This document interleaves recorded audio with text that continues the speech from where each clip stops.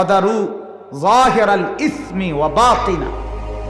আল্লাহ তাআলা কোরআনে বলেন, আমার বান্দা প্রকাশ্য গুনাহ ছেড়ে দাও, গোপন গুনাহ ছেড়ে দাও। ওয়ালা তাকরাবুল ফাওয়াহিশা মা যাহারা মিনহা ওয়া মা বাতান। আল্লাহ বলে, আমার বান্দা কোন অশ্লীলতার কাছে যেও না, প্রকাশ্যেও না, গোপনেও না।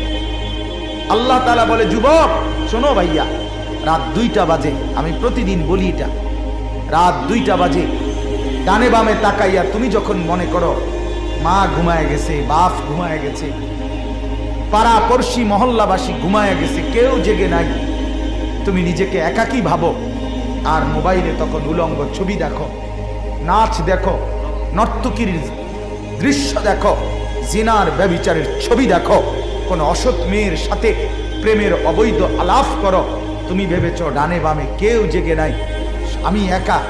রব্বুল আলামিন তখন আরশে আজিম থেকে ডাক দিয়ে বলে, আনিস আমি কিন্তু জেগে আছি।